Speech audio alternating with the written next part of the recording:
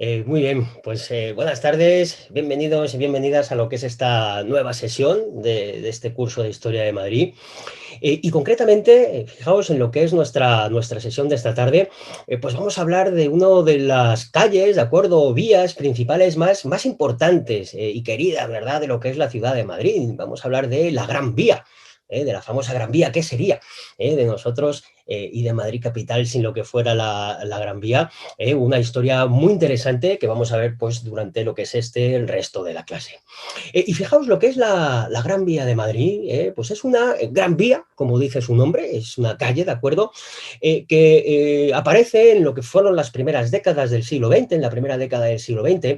Y mirar, es una calle fundamental para lo que es el centro de Madrid. ¿Por qué? Porque es una calle que conecta dos de los barrios que estaban apareciendo desde mediados del siglo XIX en el ensanche. Fijaos lo que es la Gran Vía, conecta concretamente el barrio de Argüelles con el barrio de Salamanca a través de lo que es el casco urbano.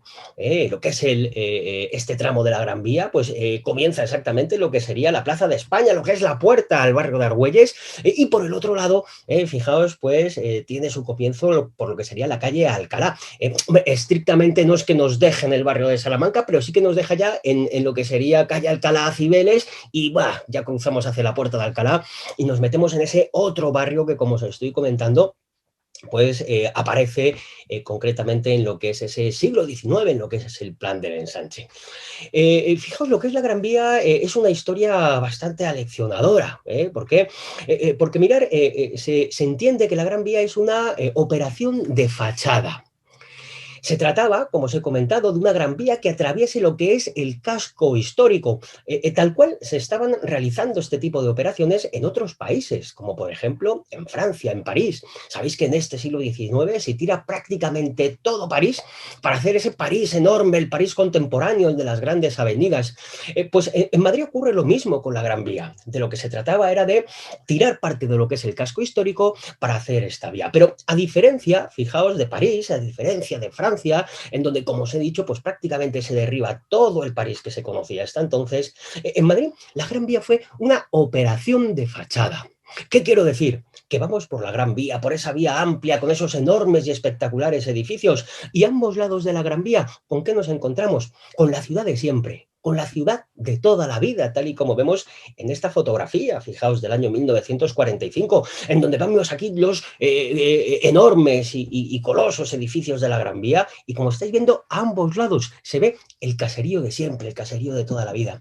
Por eso, fijaos, un importante investigador, quizás el más importante de la Gran Vía, que paradójicamente es un norteamericano llamado Edward Baker, pues dijo que la Gran Vía es una calle que está situada entre el casticismo y el cosmopolitismo. El cosmopolitismo entra por la Gran Vía, pero a ambos lados nos encontramos con esa ciudad castiza, con esa ciudad de siempre.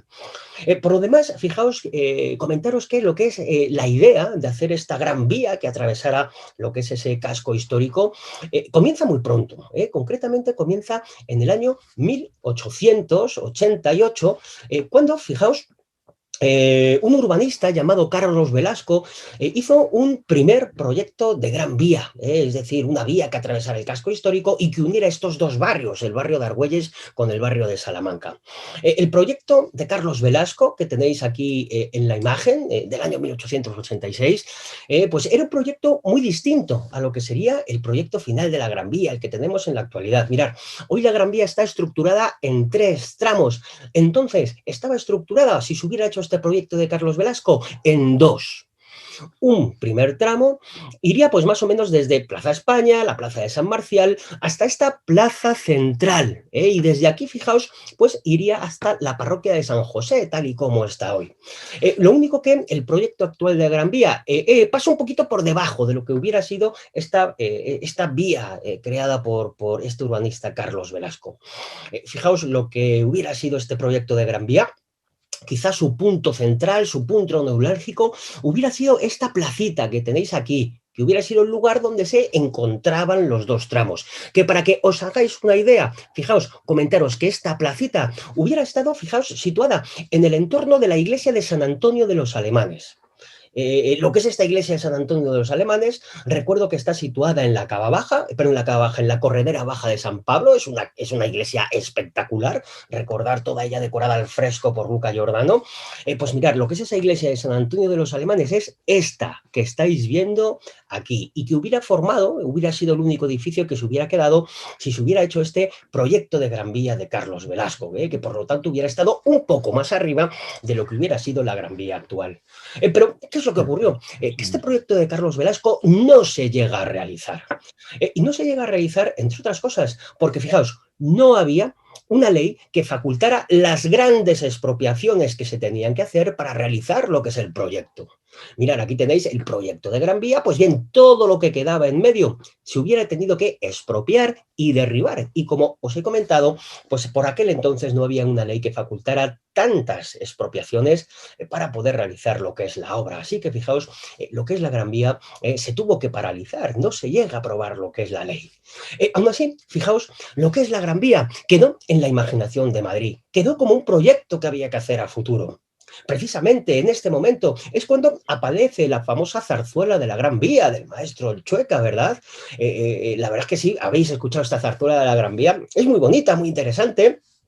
Nos cuenta precisamente lo que es ese proyecto que se pensaba hacer, incluso hay un diálogo entre calles desaparecidas, la verdad es que está bastante curiosa y como os he comentado, aparece la Gran Vía sin todavía haberse realizado lo que es el proyecto, por lo tanto, permanece en lo que es la imaginación de los madrileños.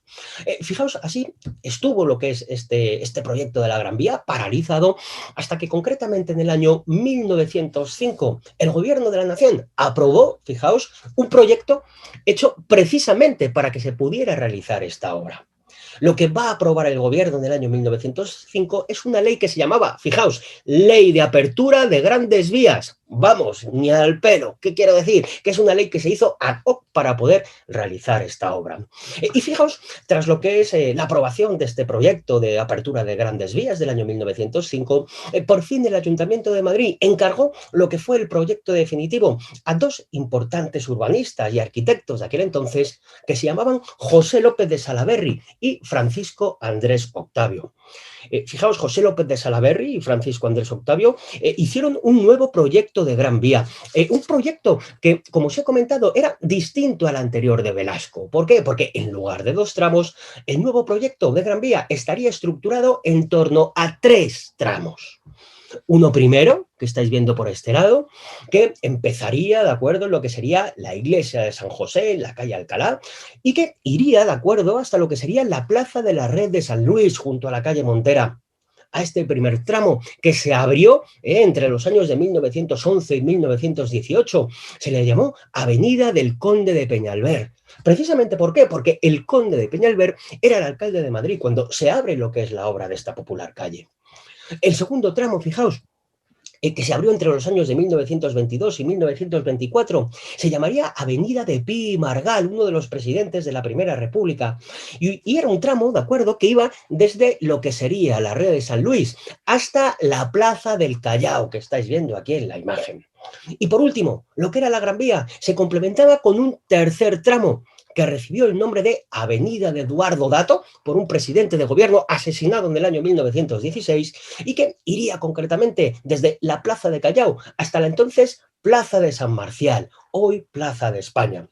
Por lo tanto, un proyecto estructurado en torno a tres tramos y un poquito más bajo que el anterior de Carlos Velasco, que os recuerdo que pasaría justo por esta parte que estáis viendo aquí, donde tengo lo que es esta flechita.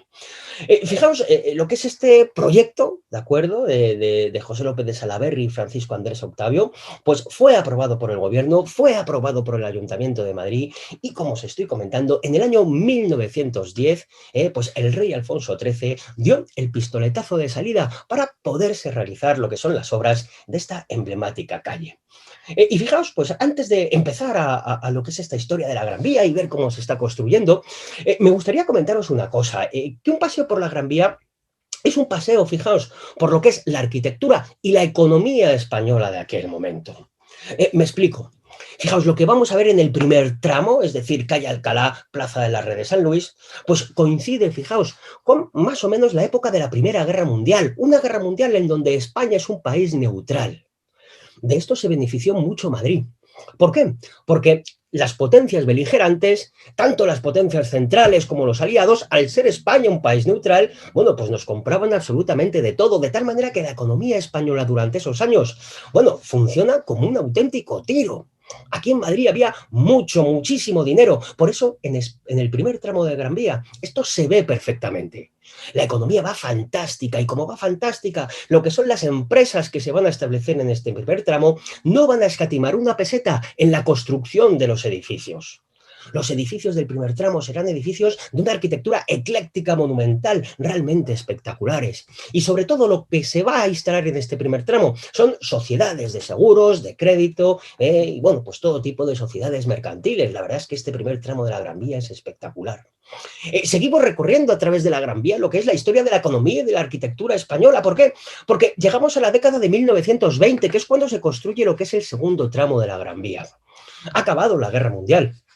Fijaos, la economía española, bueno, va bien, pero ya no es lo mismo que en lo que es la época de guerra, en lo que es aquella época de bonanza. Se nota que no hay tanto dinero. ¿Por qué? Porque ya no se construyen tantos edificios monumentales como los del primer trazado, sino lo que se hacen son edificios pues mucho más funcionales. Edificios bonitos, por supuesto, pero no realizados tanto hasta el detalle como habían sido. Fijaos los edificios de ese primer tramo, el primer tramo que os acabo de explicar. Fijaos, llegamos de esta manera al último tramo de la Gran Vía, que se abre a partir del año 1926 hasta 1931. Se abre el tramo, pero las edificaciones se hacen durante toda la década de 1930. Una época de crisis, ya no solo por la inestabilidad política de cambio de la monarquía a la república, sino sobre todo de una brutal crisis económica. Fijaos, en la década de 1930 es cuando España sufre los efectos nocivos de la crisis económica del año 1929 en Estados Unidos, de tal manera que el tercer tramo es muchísimo peor. La economía española no va a ir tan bien. Los edificios, bueno, pues no tienen la categoría ni mucho menos de los del primer tramo. La verdad es que no tienen absolutamente nada que ver.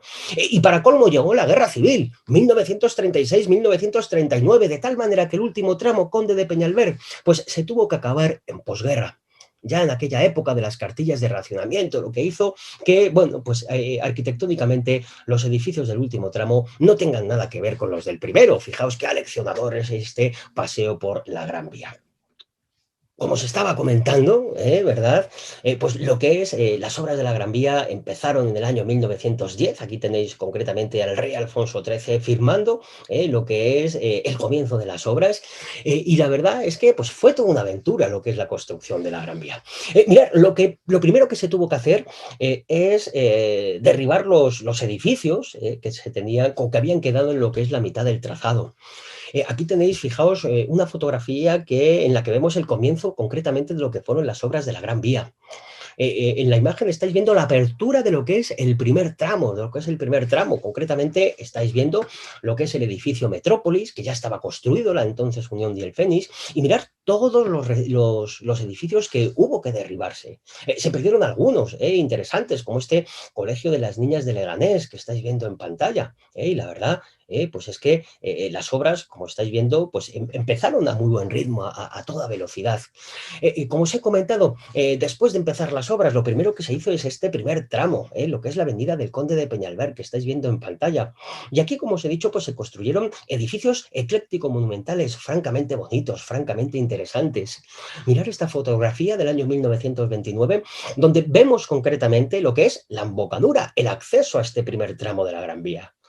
Yo creo que esta es una de las zonas más bonitas y más significativas de lo que es este Madrid contemporáneo, lo que es esta embocadura entre la calle Alcalá y lo que sería este nuevo trazado de la Gran Vía. Fijaos al fondo, ya con el segundo trazado, con lo que es el edificio de la Telefónica. De lo que es este primer tramo de la Gran Vía, pues destacaron muchas cosas. Fijaos, una de las primeras obras que se hicieron, tuvieron como protagonista precisamente a lo que es la iglesia de San José, que estáis viendo aquí en pantalla. Mirad, os recuerdo que esta iglesia, la que hoy conocemos como la parroquia de San José, fue una iglesia que había sido construida por Pedro de Rivera en el siglo XVIII. Y concretamente, lo que fue esta iglesia era la iglesia de un antiguo convento, del convento de los carmelitas de San Hermenegildo. Era un convento de carmelitas hombres. El convento había sido desamortizado en el año 1836 por Mendizábal. Quedó en pie su iglesia, que fue convertida en parroquia de San José.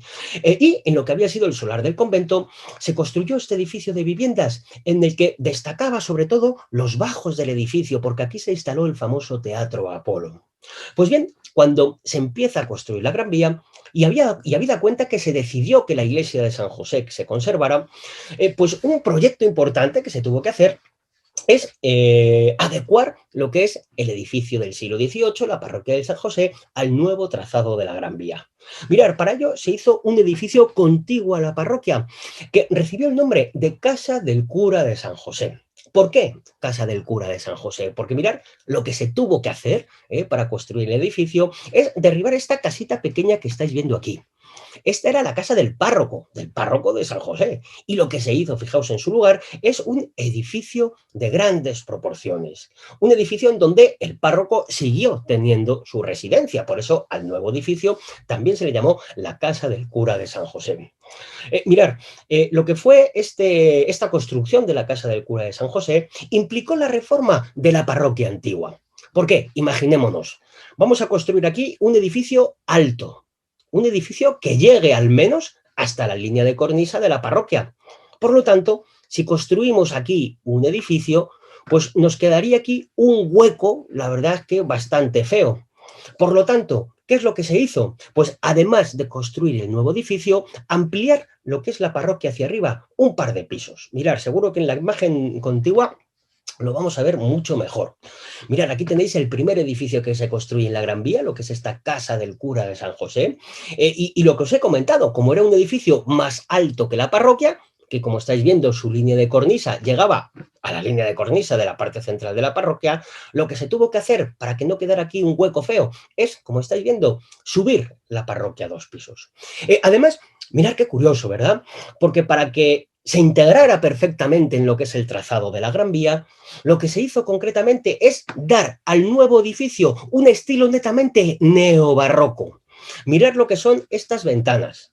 Esta es la original, la del siglo XVIII, la del edificio de Pedro de Rivera, y mirar cómo al otro lado, la ventana de 1910 es exactamente igual. Eso se hizo perfectamente, dotar a este edificio de ese estilo neobarroco, para que, fijaos, pues quedara perfectamente integrado lo que es la parroquia en el nuevo trazado de la Gran Vía. Aquí tenéis, fijaos, lo que es la casa del cura desde otra perspectiva, concretamente ya desde lo que sería el interior de la Gran Vía. Aquí vemos la parroquia de San José y aquí vemos el edificio resultante, que como os estoy comentando, todavía hoy se sigue llamando la casa del cura de San José. Mirar para que le diera todavía un aspecto mucho más barroco, incluso lo que es el acceso al edificio, que se hace concretamente por el chaflán, como estáis viendo, imita a una de estas portadas del siglo XVIII que podía haber firmado el propio Pedro de Rivera. Mirar aquí incluso con lo que serían sus orejetas, como estáis viendo, bastante curioso, bastante interesante. Por lo demás, fijaos, comentaros que, aparte de lo que es esta casa del cura, como os he comentado, en lo que es este primer trazado de la Gran Vía, pues se realizaron edificios espectaculares. Edificios, fijaos, pertenecientes a sociedades mercantiles, sociedades de seguros. También se construyeron aquí algunos de los llamados casinos o círculos, es decir, lugares de asociación y de reunión. Y la verdad es que, desde el punto de vista arquitectónico, el primer tramo de la Gran Vía es, sin duda, el más bonito y el más espectacular. Mirad qué foto tan bonita, concretamente de la década de 1930, de lo que es este primer tramo de la Gran Vía, pasando justo por encima de él lo que es el famoso Graf Zeppelin. Aquí le tenéis pasando por encima de la Gran Vía, lo que es esta famosísima fotografía realizada por Alfonso, por el famoso fotógrafo Alfonso. De lo que es este primer tramo de la Gran Vía, aparte de la casa del cura, pues tenemos edificios de gran calidad, como este que estáis viendo en pantalla, el llamado edificio Gran Peña. Construido concretamente a partir del año 1912 en un estilo, pues un tanto, como estáis viendo, ecléctico monumental, mezcla, ¿de acuerdo? Pues muchos estilos arquitectónicos y la verdad es que el edificio es una auténtica maravilla. Este edificio Gran Peña, pues se hizo concretamente para alojar, concretamente a lo que sería este círculo o esta asociación de la cual formaba parte el propio rey Alfonso XIII, presidentes de gobierno, militares de altísima graduación. La verdad es que fue uno de los edificios más bonitos de la Gran Vía. Y de lo que es su construcción, sobre todo destaco lo que es esta terraza que tenéis aquí en la parte de arriba. Una terraza en donde todavía hoy se puede subir y bueno, pues tiene una calidad fantástica y tiene unas vistas muy bonitas, muy espectaculares lo que es este edificio Gran Peña. Otro de los edificios bonitos de lo que es este primer tramo de la Gran Vía es concretamente este que estáis viendo en pantalla. También es muy interesante, muy bonito. Concretamente se le conoce como el Casino Militar. Como estáis viendo en este primer tramo, todo empresas, círculos, asociaciones.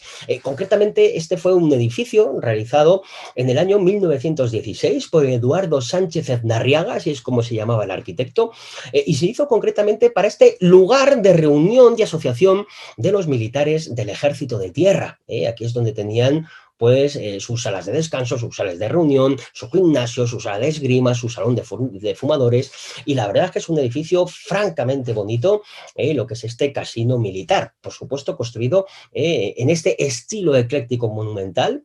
Destaca muchas cosas, sobre todo también lo que es esta marquesina de hierro y cristal de acceso a lo que es el edificio.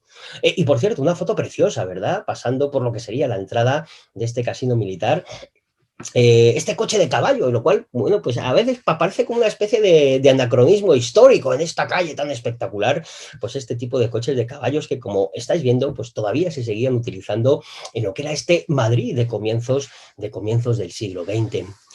Fijaos, por supuesto, en este primer tramo de la Gran Vía no podían faltar importantes hoteles, como este que estáis viendo en pantalla. También otro de los primeros hoteles de lujo que se construyeron en Madrid, el llamado Hotel Roma, que tenéis aquí en pantalla.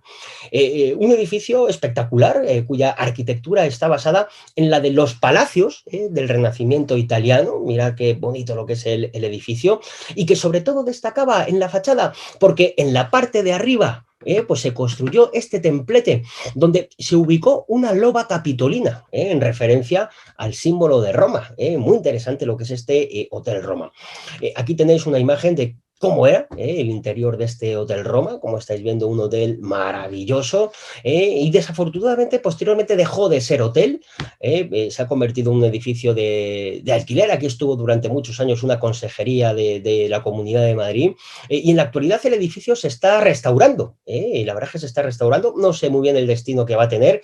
Lo que sí que es verdad es que desde hace años ya le han quitado lo que es la figura de la loba capitolina. Han dejado el templete, lo cual pues queda un poco raro, porque pasas por ahí, parece una tarta de fresas. No tiene sentido que esté el templete y no esté la loba. Pero bueno, cuando dejó de ser Hotel Roma, lo quitaron. Mirar qué edificio tan bonito. Y mirar, lo vuelvo a repetir, en la parte de atrás tenemos el Madrid de toda la vida. Mirar esta casa vieja antigua que está justo en lo que es esas traseras de la Gran Vía, como estáis viendo, muy, pero que muy bonito. También fijaos en lo que es esta parte de la Gran Vía. Se nota que ya estábamos en otra época, en esa época cosmopolita, de lo que sería esta época de entreguerras, esta famosa década de 1920. Y este aire cosmopolita también se notó en la apertura en este primer tramo de la Gran Vía de toda una serie de establecimientos hasta entonces inéditos en Madrid. Quizá uno de los más importantes fue este famoso Museo Chicote, lo que sería esta famosa coctelería, donde el famoso Perico Chicote te podía servir unos cócteles de tipo norteamericano muy distintos a los que se podían ver en la mayoría de los locales de Madrid, en donde no se pasaba del Chato de Valdepeñas. Pues como veis, la Gran Vía dio un nuevo aire renovador a lo que es este espíritu de la ciudad. Aquí tenéis pues el interior de Chicote, concretamente en esta década de 1930. Fijaos lo que fue este primer tramo, la ejecución de este primer tramo de la Gran Vía. Por supuesto, tuvo un impacto también en las zonas que estaban situadas al otro lado, que también se contagiaron de este espíritu renovador. Y fijaos, muy cerquita de la Gran Vía, en la Plaza del Rey, justo detrás de lo que sería la iglesia de San José, quizá por ese influjo de la Gran Vía, pues también se construyó este magnífico edificio, una sala de fiestas llamada Casablanca, realizada por el famoso arquitecto Luis Gutiérrez Soto. Y la verdad es que, bueno, era un edificio precioso, como digo, contagiado de ese espíritu renovador de la Gran Vía. Fue el primero que hubo en Madrid, con luces de neón, que hoy lo podemos ver una horterada, pero que entonces era el no va más. Y la verdad es que el edificio por dentro, lo vuelvo a repetir, estaba en la Plaza del Rey, justo enfrente de lo que sería el Circo Price. Pues la verdad es que era un edificio espectacularmente bonito, como estáis viendo en pantalla. Mirar, este sería el vestíbulo de acceso, concretamente a lo que es esa sala de fiestas Casablanca. Mirar el interior de la sala, espectacular. Precioso lo que es su arquitectura y bueno, pues lamentablemente posteriormente fue derribada. Una lástima que no lo tengamos porque hoy sería un edificio situado en Madrid que sería auténticamente fantástico, maravilloso. Como os he comentado, fijaos lo que fue la apertura de la Gran Vía.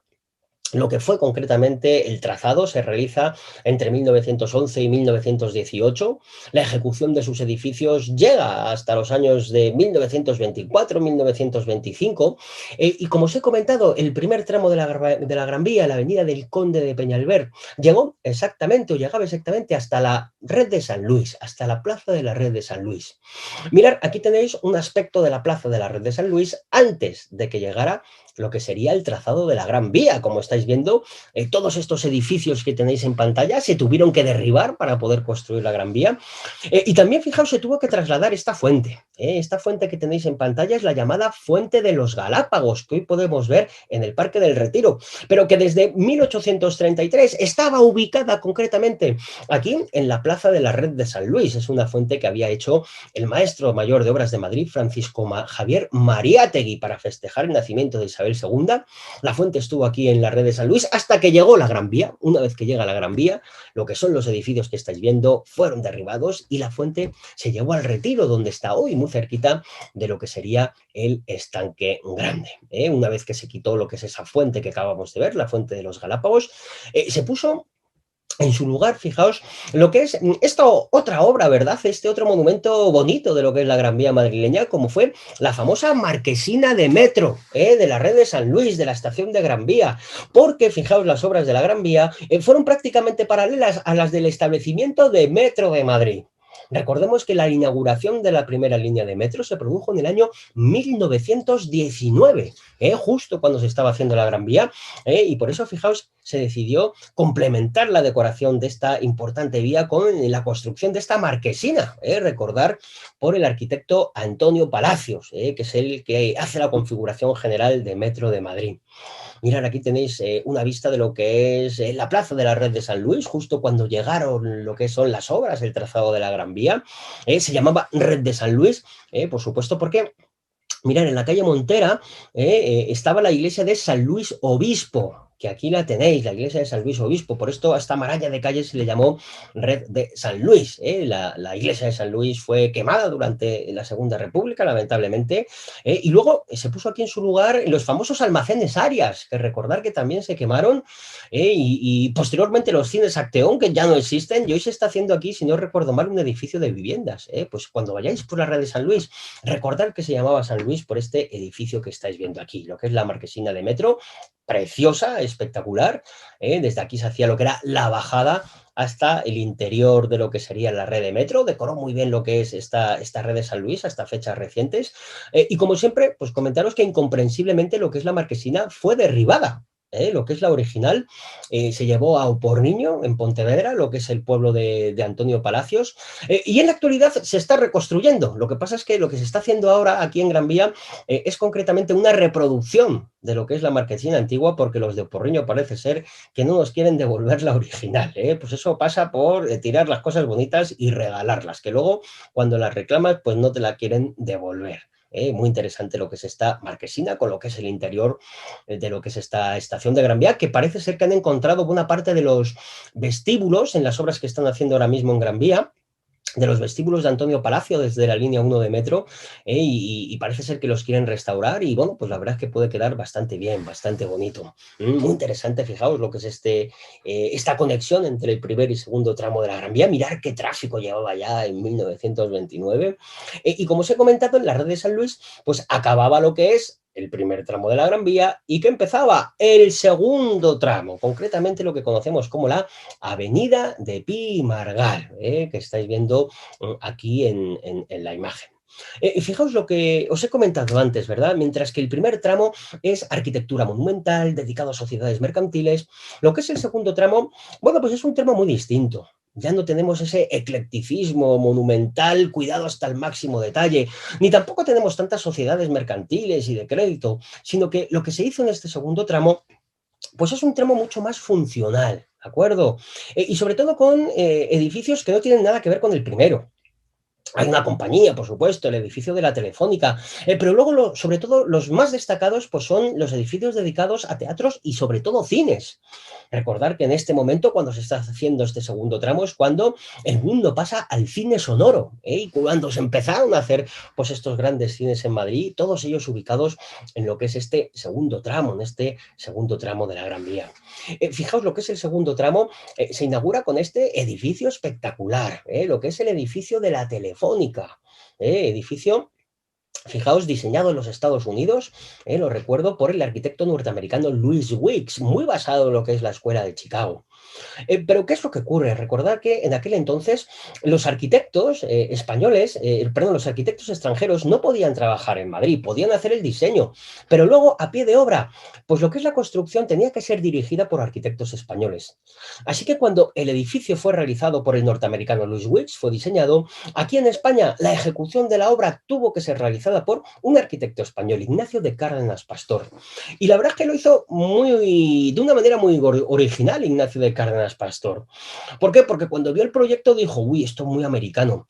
De tal manera que lo que hace el arquitecto español es añadirle toda una serie de elementos de barroco madrileño. De tal manera que, como yo suelo deciros, el edificio de la Telefónica es un edificio único del mundo. ¿Por qué? Porque mezcla escuela de Chicago norteamericana con barroco madrileño. Aquí lo tenéis, formalmente un edificio muy norteamericano, pero mirar las portadas de acceso, parecen firmadas por el propio Pedro de Rivera, 2 siglos antes. Como estáis viendo, pues es un edificio muy interesante con el que inauguramos lo que es este segundo tramo de la Gran Vía. Posteriormente, fijaos, pues lo que es este segundo tramo de la Gran Vía, pues como os he dicho, tiene de todo, tiene hoteles, tiene edificios también, centros comerciales, como este que estáis viendo, edificios comerciales como el edificio Madrid-París. Recordar que este edificio se hace en el año 1926 por Ignacio de Cárdenas, perdón, por Teodoro Anasagasti Adán, por el arquitecto Teodoro Anasagasti, con destino a lo que es esta compañía, ¿verdad? Madrid-París, que quiso hacer aquí, fijaos, unos grandes almacenes parecidos a los almacenes Lafayette de París. Recordar que lo que es esta iniciativa de lo que son estos almacenes Madrid-París fracasaron. ¿Por qué? Porque entonces Madrid y España pues no estaba preparada pues para una compañía que te vendiera pues moda parisina de última generación. Así que fijaos, finalmente lo que es el edificio de Madrid-París fue vendido y la nueva compañía pues hizo algo distinto. Construyó la famosa SEPU, Sociedad Española de Precios Únicos, con una moda muchísimo más barata para vender. Y por lo tanto lo que hizo la SEPU también fue, mirar, tirar estos torreones que estáis viendo en los extremos y subir un piso más, lo que sería la edificación donde se instaló la primera emisora de radio de Madrid, que fue Unión Radio. La verdad es que es un edificio muy interesante, este edificio Madrid-París, donde está hoy el famoso Primar de Gran Vía. Es un edificio bonito, es un edificio espectacular, pero como estáis viendo, tiene poco que ver con lo que son esos edificios eclécticos espectaculares de lo que es ese primer tramo, aunque es un edificio muy bonito y francamente interesante. Como os he comentado, en este segundo tramo, sobre todo lo que se van a realizar son edificios funcionales y muchos teatros y cines. Edificios teatrales, quizás el más importante que tenemos es el que tenéis en pantalla, situado, como estáis viendo, junto al Madrid-París. ¿Veis aquí las torrecitas del edificio Madrid-París? Pues el que está al lado era el Teatro Fontalba, un teatro francamente interesante, como estáis viendo, situado entre dos torreones de viviendas, pues aquí es donde se instaló el Teatro Fontalba. Después de la guerra recuerdo que fue un cine, aquí es donde se estrenaban en Madrid pues buena parte de las películas de Disney, de aquellos clásicos de Disney de los años 50 y 60, y hoy, bueno, pues como prácticamente toda la Gran Vía, pues hoy ya todos son comercios y tiendas. Mirad, quiero llamaros una atención sobre el edificio. Como estáis viendo, en el centro estaba el Teatro Fontalba y todo ello estaba flanqueado por estos dos torreones, dejando un hueco en medio. En la actualidad no lo tenemos así. ¿Por qué?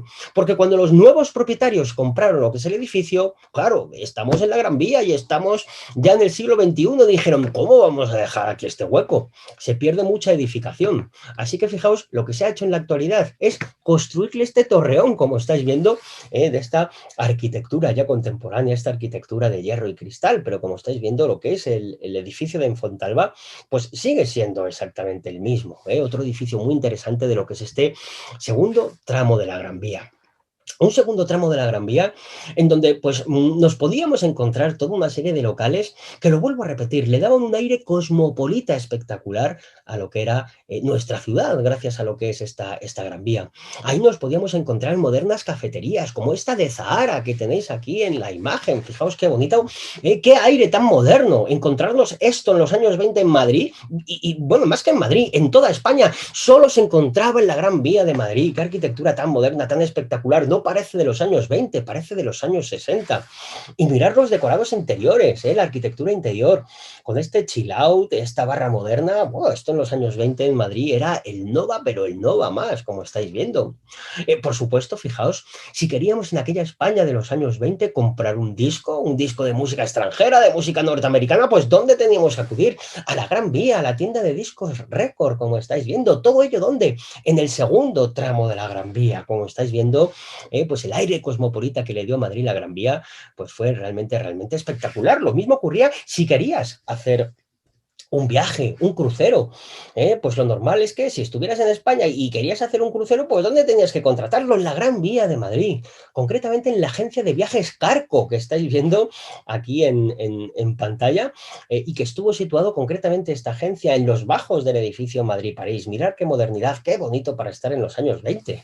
Mirad, 200 cruceros desde 275 pesetas. Ojo, en aquella época 275 pesetas pues era un dinero considerable, pero mirar qué aire más moderno confiere a Madrid lo que es esta Gran Vía, como estáis viendo, muy pero que muy interesante. Incluso había otro prototipo de bares como este que estáis viendo en pantalla, el bar automático. Mirar qué curioso en la Gran Vía madrileña, con sus luces de neón. Y mirad lo que era este bar, lo llamaban automático, porque dentro, como estáis viendo, habían unas máquinas, donde echabas ahí unas pesetillas, le tirabas de una palanca y bueno, pues esto te daba una bebida, un sándwich, que hoy lo vemos como algo normal, pero que en los años 20 era todo una modernidad, como estáis viendo, muy bonito también lo que es este segundo tramo de la Gran Vía.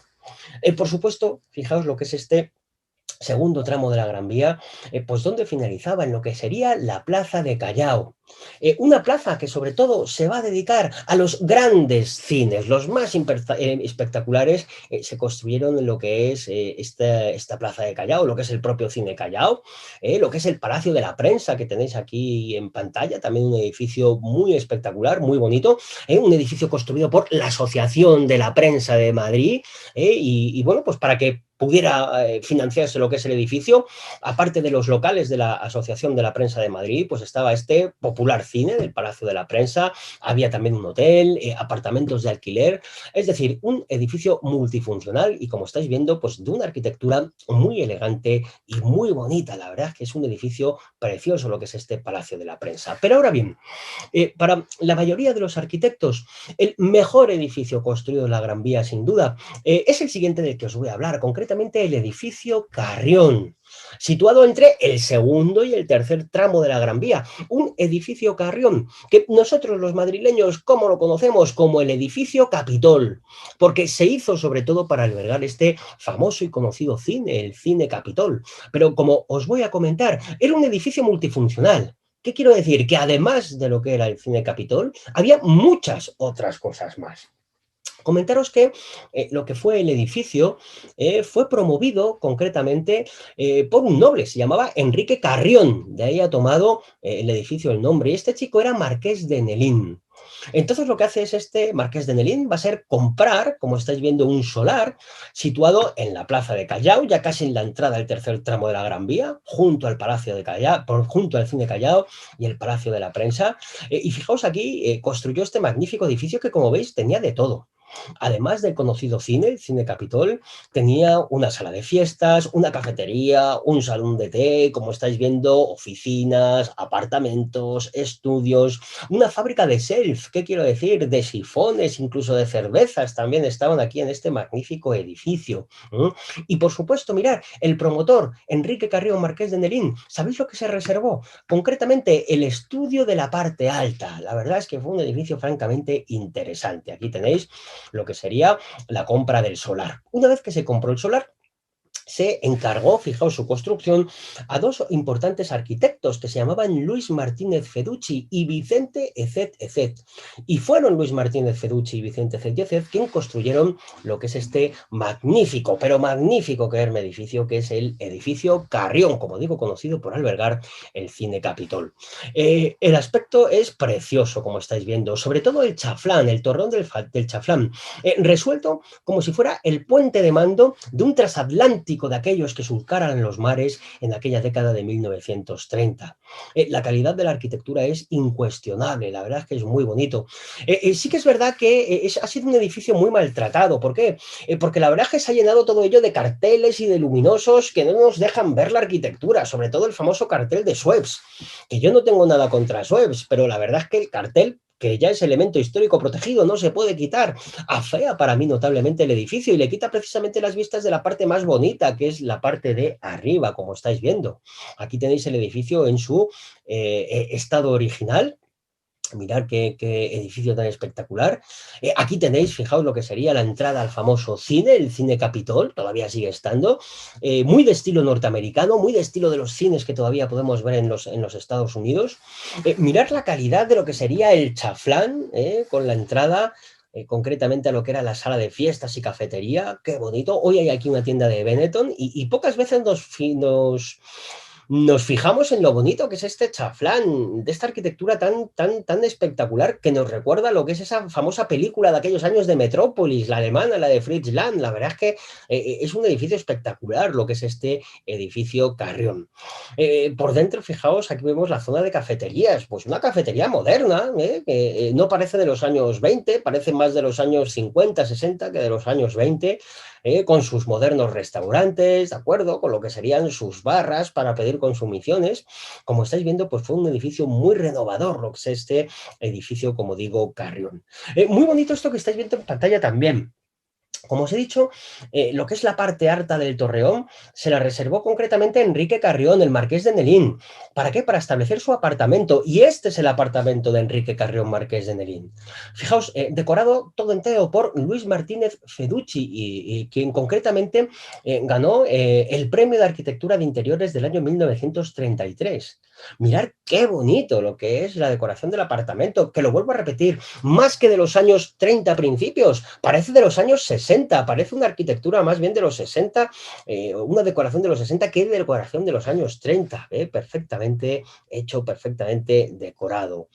Como os he comentado, pues lamentablemente lo que es el edificio pues llegó a estar en un estado totalmente lamentable, quizá por culpa de lo que fueron estos rótulos y luminosos. Es que mirar con lo bonito que es el edificio, y es que llegó un momento en que casi ni se le veía por todos los luminosos, especialmente el de Suez, que como estáis viendo que sí, que yo no digo que no, que ya es muy emblemático, pero que no podemos ver lo que es esta parte de lo que sería el edificio, que es tan bonita, tan espectacular. Hoy ya han quitado casi todos los luminosos, han dejado el de Suez, pero como os he dicho, no se puede quitar porque ya es elemento histórico protegido, pero vamos, yo lo quitaba porque desde luego lo que es la belleza del edificio pues sería mucho mayor si le quitamos lo que es el cartelón.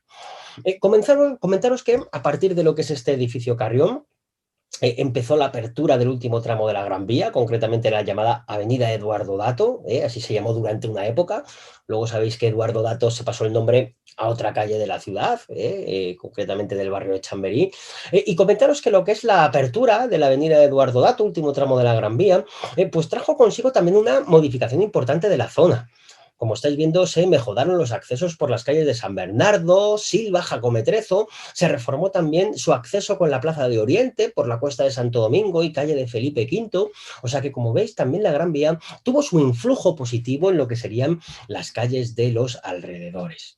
Y fijaos, fundamentalmente después de la guerra es cuando empezó la construcción del tercer tramo de la Gran Vía. Estamos ya en época de posguerra, con una economía autárquica, recordar, no había dinero para muchas florituras. Por lo tanto, los edificios que se construyen en esta época en Madrid y en la Gran Vía, pues no tienen ni mucho menos la calidad de los dos tramos anteriores.